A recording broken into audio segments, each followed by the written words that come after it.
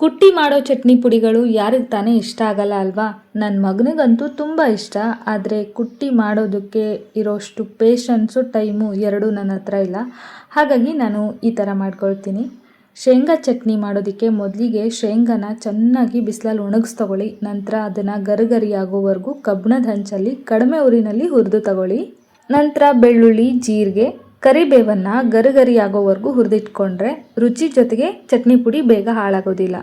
ನಂತರ ಶೇಂಗಾ ಪೂರ್ತಿಯಾಗಿ ತಣ್ಣಗಾದ ನಂತರ ಅದ್ರದ್ದು ಸಿಪ್ಪೆ ಎಲ್ಲ ತೆಗೆದು ಎತ್ತಿಟ್ಕೊಳ್ಳಿ. ಮಿಕ್ಸಿ ಜಾರ್ಗೆ ಹುರಿದಿರೋ ಪದಾರ್ಥ, ಖಾರದ ಪುಡಿ, ಉಪ್ಪು, ಸಕ್ಕರೆ, ಬೇಕು ಅಂದರೆ ಸ್ವಲ್ಪ ಹುಣಸೆಹಣ್ಣು, ನಮ್ಮ ಕಡೆ ಹುಣಸೆಹಣ್ಣು ಹಾಕೋದಿಲ್ಲ. ನಂತರ ಹುರಿದಿಟ್ಕೊಂಡಿರೋ ಶೇಂಗಾದಲ್ಲಿ ಕಾಲು ಭಾಗದಷ್ಟು ಶೇಂಗಾ ಹಾಕಿ ನೈಸಾಗಿ ಗ್ರೈಂಡ್ ಮಾಡಬೇಕು. ಯಾವ ಥರ ಗ್ರೈಂಡ್ ಮಾಡಬೇಕು ಅಂದರೆ ಸ್ವಲ್ಪನೂ ತರಿ ಇರಬಾರ್ದು. ಆ ಶೇಂಗಾದಲ್ಲಿರೋಂಥ ಎಣ್ಣೆ ಬಿಟ್ಕೊಂಡಿರಬೇಕು. ಆ ಥರ ಮೆತ್ತಗಾಗೋ ಥರ ನೈಸಾಗಿ ಗ್ರೈಂಡ್ ಮಾಡಿದ್ದಾದ ನಂತರ ಬಾಕಿ ಉಳಿದಿರೋ ಶೇಂಗಾ ಎಲ್ಲ ಸೇರಿಸಿ ಸ್ವಲ್ಪ ಮಿಕ್ಸ್ ಮಾಡಿ ಪಲ್ಸ್ ಗ್ರೈಂಡ್ ಮಾಡಬೇಕು. 2ರಿಂದ 3 ಸಲ ಮಾಡಿದ್ರೆ ಸಾಕು. ಈ ಥರ ಚಟ್ನಿ ಪುಡಿ ರೆಡಿ ಆಗುತ್ತೆ. ಇದನ್ನು ಕೈಯಲ್ಲಿ ಒಂದು ಸಲ ಚೆನ್ನಾಗಿ ತಿಕ್ಕಿ ಮಿಕ್ಸ್ ಮಾಡಿದ್ರೆ ಆಯಿಲೆಲ್ಲ ಬಿಟ್ಕೊಂಡು ಚಟ್ನಿ ಪುಡಿ ಸೂಪರಾಗಿ ರೆಡಿ ಆಗುತ್ತೆ.